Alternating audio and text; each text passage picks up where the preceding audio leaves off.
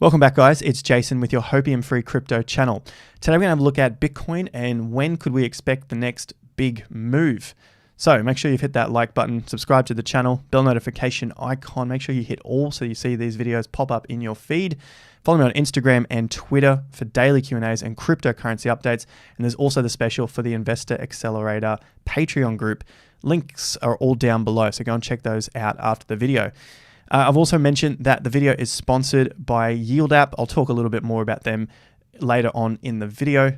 But for now, let's have a look at Bitcoin. And the first chart I'm looking at is BLX. So if you guys want to follow along, set your own charts up, that's the one that we're looking at. I've got it on 3 months.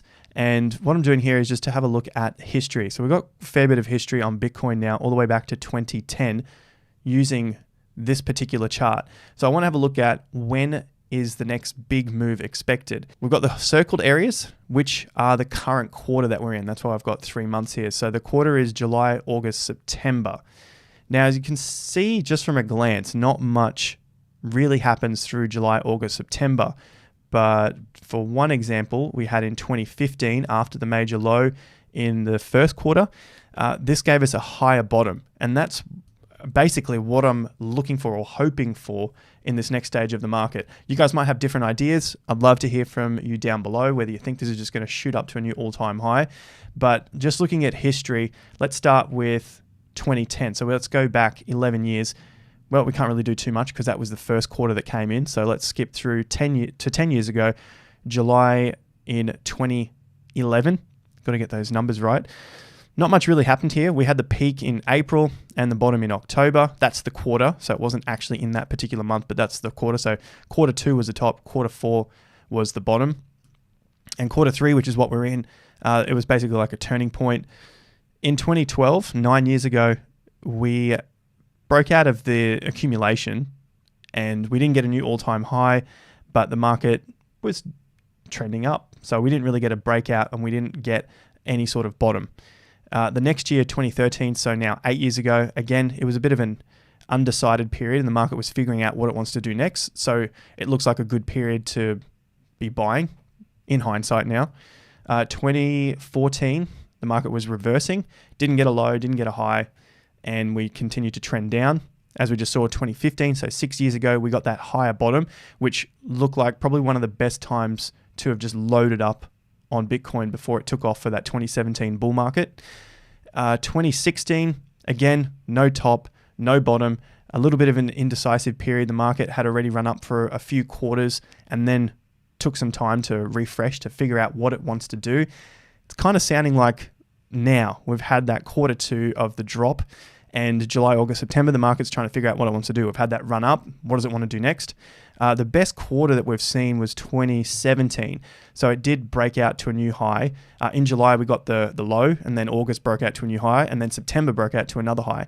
So far, 4 years ago has had the best quarter, and a little different to every other quarter that we've seen in Bitcoin's history. Let's go to 2018 after the peak, and we saw not much. The market really didn't go anywhere. 2019, we had the peak in quarter 2, and then the market was trying to come down and figure out whether it wanted to take off again or continue down. So again, not much happened in 2019. 2020, we had the breakout in around August, so that was a good start. So it's similar to what we saw back in 2015 and then 2017. So that was 2020. And now we find ourselves in 2021. So if I'm just looking at history, and that's a pretty quick glance of what's going on here. If I look at history, the numbers aren't on our side to get a breakout to a new all-time high. The numbers are not really on our side to get a new low. So that's good news if we want to see it hold up.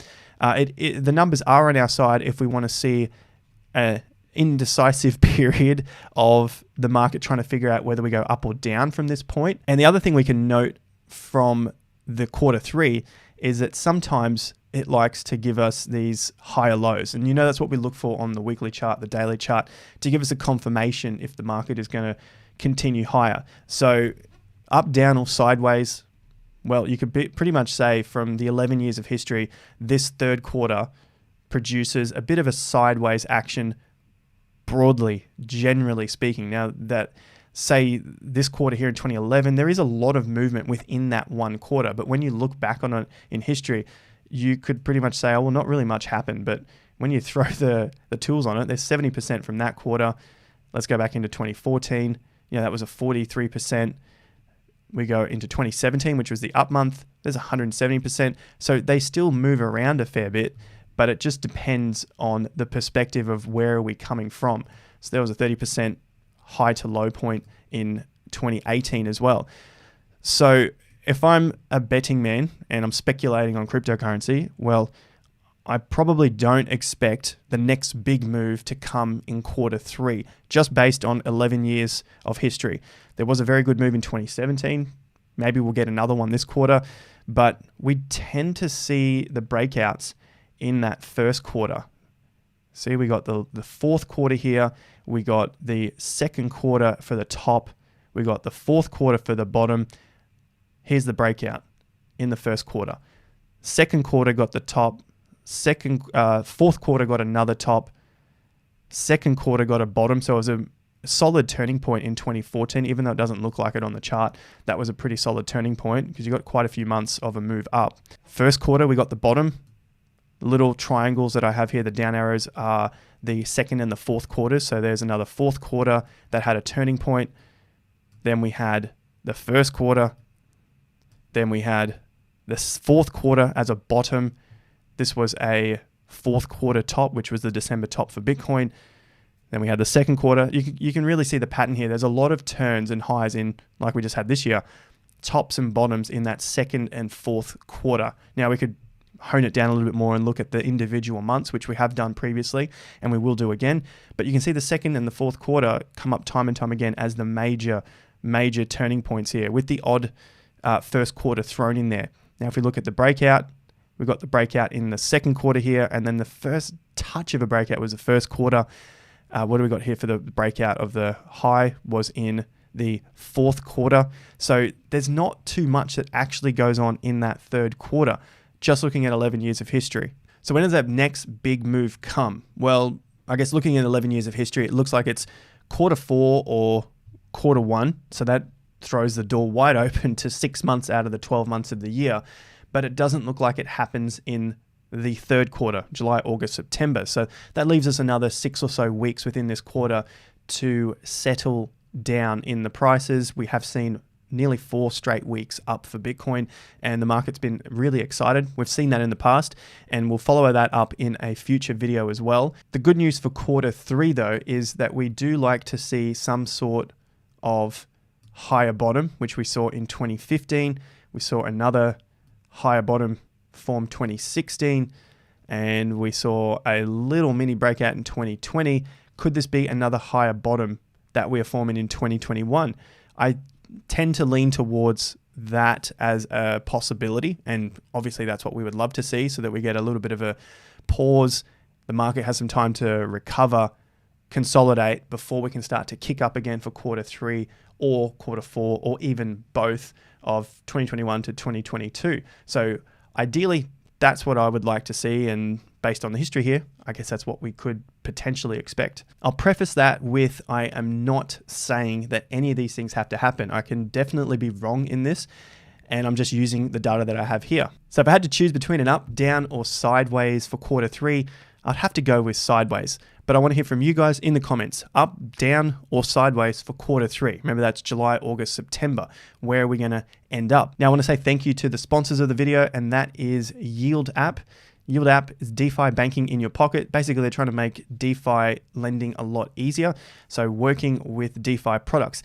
Now, you have to know that the product is a centralized, decentralized app. It's not entirely DeFi, so I want to make that really clear if anyone is interested in looking at it. It's another one of these products where you can get up to 12% APY on your BTC, your ETH.